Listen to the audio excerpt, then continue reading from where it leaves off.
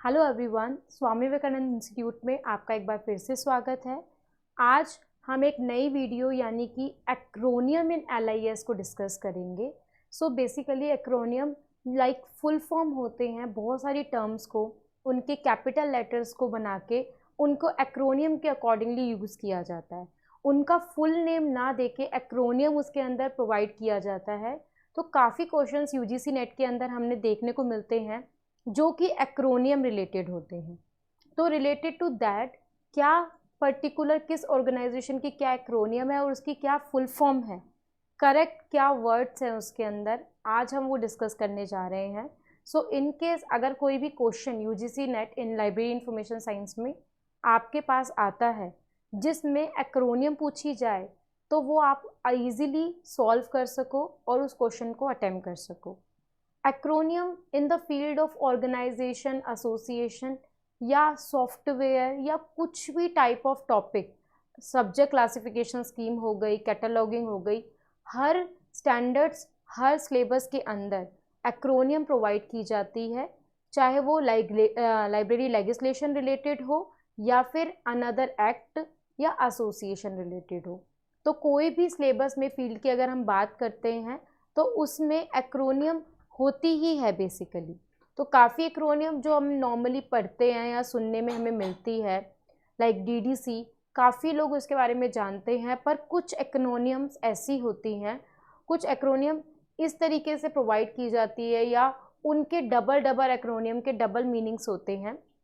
सो उसके अंदर हमें उनका प्रॉपर क्या फुल फॉर्म है वो याद रखना बहुत ज़रूरी होता है, सो दैट इन केस कभी ऐसा कुछ क्वेश्चन आ जाए तो आप उसके अंदर एक दो चीज़ों को डिवाइड ना करके, कि कंफ्यूजन क्रिएट ना करके उसका बिल्कुल सटीक जो आंसर है वो दे सको। तो आइए शुरू करते हैं। Important acronyms library in information science, LIS, जो कि लाइब्रेरी की एक्रोनियम भी हम लोग डिनोट करते हैं, लाइब्रेरी एंड इंफॉर्मेशन साइंस। कोई भी बैचलर डिग्री है उसमें हम एक्रोनियम यूज़ करते हैं। तो आई थिंक हम डेली टू डेली बेसिस में भी बहुत सारे एक्रोनियम यूज़ करते हैं। पर्टिकुलर हमारे सब्जेक्ट फील्ड के अंदर भी बहुत सारे एक्रोनियम हैं जिनके बारे में हमें पता होना चाहिए, सो दैट अगर कभी भी क्वेश्चन आ जाए और आपको उसके एक्रोनियम के बारे में पता है तो आप उसका सही जवाब दे पाएंगे। कभी कभार बहुत सारी सिमिलर दिखने वाली एक्रोनियम का अलग अलग पूरा फुल फॉर्म होता है जो कि हमें लगता है कि वो है और उसका आंसर कुछ और होता है। तो वो भी हमारा डाउट क्लियर हो जाता है जब हम सारी एक्रोनियम एक साथ पढ़ते हैं। ठीक है, तो आइए बात करते हैं library information science related acronyms की। पहला हमारा क्वेश्चन आ रहा है, what is the full form of ITLS? IATLIS, that is your library association, nationally, national level पे जो हमारा ये लाइब्रेरी एसोसिएशन है टीचिंग एंड लाइब्रेरी प्रोफेशनल्स के लिए, उसकी फुल फॉर्म आपसे पूछी जा रही है। ऑप्शन में दिया जा रहा है international association of trade unions of library information science, Indian association of teachers in library information science, Indian airlines technical lower intelligence services, Indian air traffic light information signal.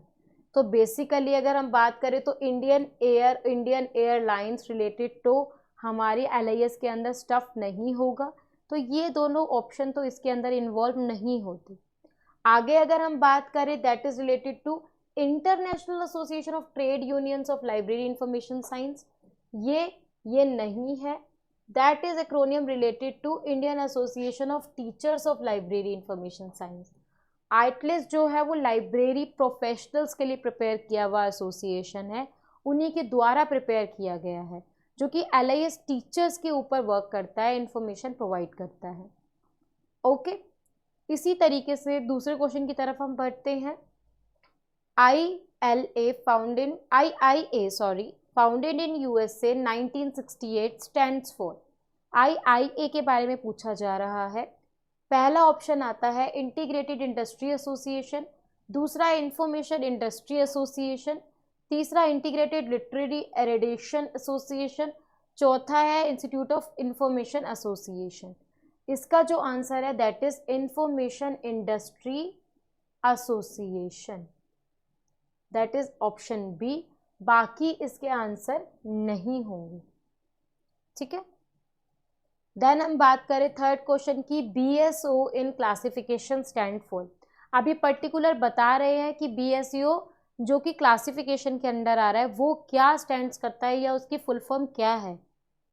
Basic subject of organisation, broad subject system of ordering, ये हमने काफ़ी बार पढ़ा भी है। Broad subject of ordering यही इसका answer है जो क्लासिफिकेशन स्टैंड में यूज़ किया जाता है, ठीक है। IPR के बारे में सब लोग जानते हैं, प्रोटेक्ट कॉपीराइट्स, पेटेंट, ये सब चीज़ अधिकार जो हमारे होते हैं, ठीक है, भौतिक संपदा अधिकार, ये सब चीज़ आपका इसी के अंदर आते हैं, जो कि इंटेलेक्चुअल प्रॉपर्टी राइट के अंदर आता है, which is the full form of IPR, intellectual property right, ठीक है। नेक्स्ट अगर हम बात करें नाक स्टैंड्स फॉर, नाक के बारे में आपने देखा होगा यूनिवर्सिटी पे नाक जो होता है, नाक एक्रिएटेड या क्रीडिएटेड यूनिवर्सिटीज़ जो होती हैं वो इस पे पूछा जाता है, which is national assessment and accreditation council, जो कि यूनिवर्सिटीज़ को रैंकिंग प्रोवाइड करता है, ठीक है। पर्टिकुलर यूनिवर्सिटीज़ की क्या रैंक की है वो नाक अक्रेडिटेड करता है, ठीक है। ये भी काफ़ी बार पूछा जा सकता है क्योंकि ये इंपॉर्टेंट क्वेश्चंस के अंडर आता है। आगे बढ़ते हैं और डिफरेंट टाइप ऑफ एक्रोनियम्स को हम इसमें पढ़ते हैं। इसके बाद जो आ रहा है लास्ट जो इसके अंदर आपको पूछा गया विच इज ACRL, ACRL की फुल फॉर्म पूछी जा रही है, विच इज सबसे पहला ही है association of college and research library. ACRL की फुल फॉर्म है association of college and research library, और दे रखा था all college and research library, ये कोई एसोसिएशन नहीं है। एकेडमिक कम्युनिटी रिसर्च लाइब्रेरी ये भी नहीं है, तो इसका पहला ही सही आंसर है जो कि association of college and research libraries है। दूसरा सिलिप, जो कि LA है, LO को अब सिलिप के नाम से जाना जाता है। Slip is a chartered institute of library information professionals.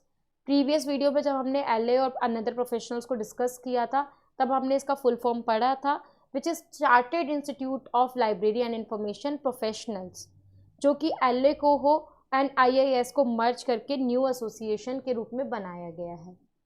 स्क्रूनॉल, बहुत बार पूछे जाने वाली ये डेफिनेशन, ये acromion, which is society of college national and university library है।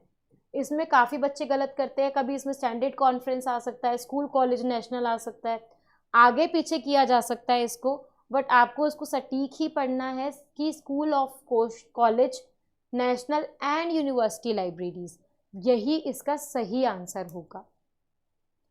बात करते हैं नेक्स्ट की, निस्केयर, सबसे ज़्यादा पहचान वाला library network, which is national institute, क्योंकि ये साइंस का है, national institute of science communication and information sources, ठीक है। इसके अलावा भी सेम दिखने वाले और दे रखे हैं, इसमें कई रिसोर्सेज की जगह रिसर्च कर दिया जाता है, तभी हमें इनकी जो एक्रोनियम है उनको बिल्कुल सटीक याद होना चाहिए, सो दैट हम अगर उसमें से कुछ भी चेंजेस हो रहा है तो वो चेंज का पता लगा सके और अपना करेक्ट ऑप्शन चुन सके।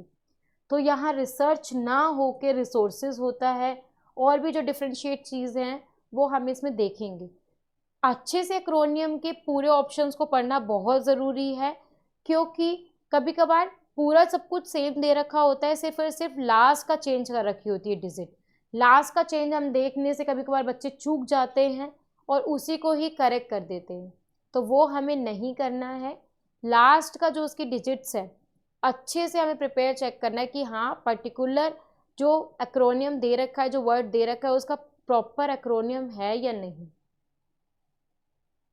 नेक्स्ट बात करते हैं NILIS, NILIS, national institute of library and information science, ये भी नॉर्मल था। वाइपो के बारे में भी क्वेश्चन बहुत आ जाता है, world intellectual property organisation, IPR के अकॉर्डिंगली ही वर्ल्ड का जो इंटेलेक्चुअल प्रॉपर्टी राइट का ऑर्गेनाइजेशन है दैट इज विपो। वाइपो को वर्ल्ड इंटेलेक्चुअल प्रॉपर्टी ऑर्गेनाइजेशन के नाम से डिनोट किया जाता है, जो कि इसका करेक्ट आंसर है। नेक्स्ट बात करें UAP स्टैंड्स फॉर यूएपी जो कि यूनेस्को और इफ्ला का मेन पब्लिकेशन है जो उसने पब्लिश किया था, which is universal availability of publication. बहुत बार पूछा जाता है, चाहे वो इसका ईयर हो चाहे वो इसकी एक्रोनियम हो। आईएसबीएन तो काफ़ी बच्चों को पता होगा क्या है, आईएसएसएन क्या है। ISBN is related to your international standard book number.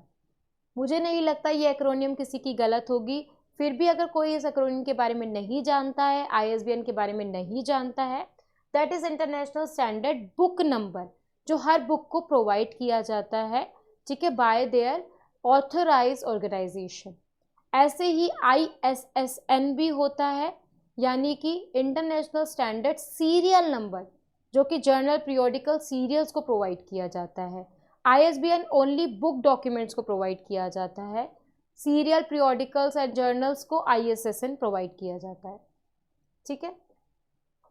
ENIAC which is electronic numerical integrated and calculator, ये भी काफ़ी बार पूछा जाता है, ठीक है। ये एनिक जो है which is electronic numerical integrator and calculator. PDA personal digital assistant, PDA भी एक बहुत ही जानी मानी फेमस एक्रोनियम है, which is personal digital assistant, okay. The currently use full form of OCLC, अब यहाँ पे करंटली इसलिए कहा गया कि पहले इसको ओहियो सेंटर के नाम से भी जाना जाता था, तो करंटली वो पूछ रहे हैं यानी कि अब उसको किस नाम से जाना जाता है, that is online computer library centre. पहले इसको ओहियो कॉलेज लाइब्रेरी सेंटर के नाम से जाना जाता था, तो यहाँ पे वो भी ऑप्शन में दे रखा है, तो अगर किसी बच्चे को ना पता हो और अगर वो यहाँ पे मेंशन नहीं करते तो दोनों ही आंसर सही थे, ठीक है। बट उन्होंने मेंशन किया कि करंट अब किस बारे में जाना जाता है, अब उसको किस नाम से आप डिनोट करते हो, तो वो करेक्ट है ऑनलाइन कंप्यूटर लाइब्रेरी सेंटर। वहीं अगर आप पहले पे लगा देते तो वो गलत हो जाता, ठीक है, क्योंकि उसको पहले उस नाम से जाना जाता था, अब नहीं जाना जाता, ठीक है। यूबीसी, जैसे हमने यूएसी पढ़ा अभी ऊपर, ठीक है, यूएपी पढ़ा, सॉरी, अब यूएसी पढ़ रहे हैं हम, यूनिवर्सल बिब्लियोग्राफिक कंट्रोल। यूएसी भी इफ्ला लेकर आया था, ये इसका अनदर प्रोग्राम था यूएपी के बाद, which is UBC, universal bibliographic control के लिए ये बेसिकली लेकर आया था। आगे बढ़ते हैं, इन्फ्लीबिनेट, सब लोग जानते हैं इन्फ्लीबिनेट के बारे में, बहुत ही बड़ा नेटवर्क है, अहमदाबाद में इसका हेडक्वार्टर है, that is an information and library network. INFLIBNET की जो फुल फॉर्म है जो यूजीसी ने डेवलप की है, that is information and library network, okay. NICDAP, NICDAP, NICDAP is related to your national information centre for drug and pharmaceuticals. तो basically जो आपका निकनेट है या फिर निसात के अंदर जो भी अनदर सेंटर्स आते हैं, वो इसने अलग अलग जगह पे बनाए हैं, उसमें से एक निकडेप भी है जो कि इसी के अंदर प्रोवाइड किया जाता है, related to pharmaceuticals and drug. उसका ये सेंटर है लखनऊ में, तो ये सिर्फ उसकी पर्टिकुलर इंफॉर्मेशन थी, that is related to NISSAT centres, okay. इसके बाद इनीज भी आपका इंटरनेशनल लाइब्रेरी नेटवर्क है, which is international nuclear information system. Nuclear information के ऊपर ये इंफॉर्मेशन प्रोवाइड करता है, तो ये आपका related to international nuclear information system है। देन कुछ और एक्रोनियम्स भी आ रही है, अकॉप्स के नाम से, Australian advisory council and bibliographic services. दूसरी आ रही है AAL, association for assistant librarians, AALDI, association of agriculture libraries and documentationist in India, A&I, abstracting and indexing. इसी के अलावा और भी बहुत सारी एक्रोनियम्स हैं जो हम आगे डिस्कस करेंगे अपनी नेक्स्ट वीडियो में। ये एक्रोनियम्स को डिस्कस करने का सबसे बड़ा मोटिव यही था कि एक्रोनियम रिलेटेड कोई भी क्वेश्चन अगर आपके सामने आता है तो आपको उस एसोसिएशन ऑर्गेनाइजेशन के बारे में संपूर्ण जानकारी हो, आपको पता हो कि वो किस ऑर्गेनाइजेशन या इंस्टीट्यूशन की बात कर रहे हैं, तभी आप उसका सही आंसर जो है वो चुन पाएंगे। बट अगर आपको उसके एक्रोनियम के बारे में नॉलेज नहीं है तो आप ज़रा से चेंजेस वाला कोई भी अलग ऑप्शन होगा उसको भी चुन सकते हैं, जिसकी वजह से आंसर आपका गलत हो सकता है। तो इसके लिए हमें उनकी प्रॉपर एक्रोनियम का पता होना और प्रॉपर उसमें किस अकॉर्डिंगली इंफॉर्मेशन डाली जा रही है उस चीज़ का पता होना बहुत ही ज़रूरी है। तभी हम उन एक्रोनियम को, उन एक्रोनियम रिलेटेड जो भी क्वेश्चंस आपके सामने आ रहे हैं उनको सॉल्व कर पाएंगे और वो इजीली एक्सेस कर पाएंगे। तो यही था हमारा आज के वीडियो का motive, that is related to your acronyms. Acronym different type की होती है जिसमें से हम काफ़ी आप लोग पढ़ भी चुके होंगे, काफ़ी थोड़ी आज आपको नई एक्रोनियम समझ में आई होगी या लगी होगी कि ये एक्रोनियम आज फर्स्ट टाइम पढ़ी और उसका आंसर आफ्टर वीडियो के बाद आपको पता चल जाएगा कि हाँ इस एक्रोनियम का ये फुल फॉर्म है। काफ़ी चीज़ हम पढ़ी होती है बच्चों ने, पर प्रॉपर एक्रोनियम पढ़ने के बिना क्या होता है कि नेटवर्क की जगह कुछ और एन से लिख दिया गया, नेशनल लगा दिया, तो हमें वो भी ठीक लगता है तो बच्चे उसको भी ठीक कराते हैं। प्रॉपर एक्रोनियम की जानकारी होना बहुत ही ज़रूरी है क्योंकि यहाँ पे एक वर्ड की वजह से ही आपका क्वेश्चन गलत हो जाएगा। अगर नेटवर्क आना चाहिए और वहाँ पे नेशनल लगा हुआ है और अगर आपने वो ठीक कर दिया तो आपका वो क्वेश्चन ही पूरा गलत हो जाएगा क्योंकि आना तो उसमें नेटवर्क चाहिए था। तो ये चीज़ों को ध्यान रखना जो कि हम एक्रोनियम जानने की मदद से ध्यान में रख पाते हैं और उसको अच्छे से आंसर उसका प्रोवाइड कर पाते हैं, ये इस चीज़ के लिए बहुत ही सही होता है, जिसकी वजह से हम इंफॉर्मेशन को अच्छे से इस्टेब्लिश कर सकते हैं। एक्रोनियम रिलेटेड कोई भी क्वेश्चन अगर आपके सामने आता है आप उसको सॉल्व कर सकते हो जब आपको पता हो कि हाँ LIS के अंदर क्या क्या एक्रोनियम आ सकती हैं या पूछी जा सकती हैं। काफ़ी एक्रोनियम बहुत ज़्यादा कॉम्प्लेक्स भी होती है जो हम आगे आने वाली वीडियोस में डिस्कस करते रहेंगे time to time, so that ज़्यादातर एक्रोनियम हमारा यही मोटिव रहेगा कि वो आपके सामने प्रस्तुत कर सके, सो दैट आप उसको अच्छे से एक्सेस कर सको, कोई भी एक्रोनियम रिलेटेड क्वेश्चन आपका ना छूटे और अगर उसके ऊपर क्वेश्चन आए तो आपको उसका सही आंसर पता हो। तो ये थी acromion related information in the field of library and information science. इसी के नेक्स्ट पार्ट्स आते रहेंगे सो दैट एक्रोनियम आपकी सारी कंप्लीट हो जाए और उससे रिलेटेड सारे क्वेश्चन आपके इजीली सॉल्व हो जाए। तब तक के लिए आप इस वीडियो को एक्सेस कीजिएगा, वीडियो को लाइक कीजिएगा, चैनल को सब्सक्राइब कीजिएगा। Thank you so much.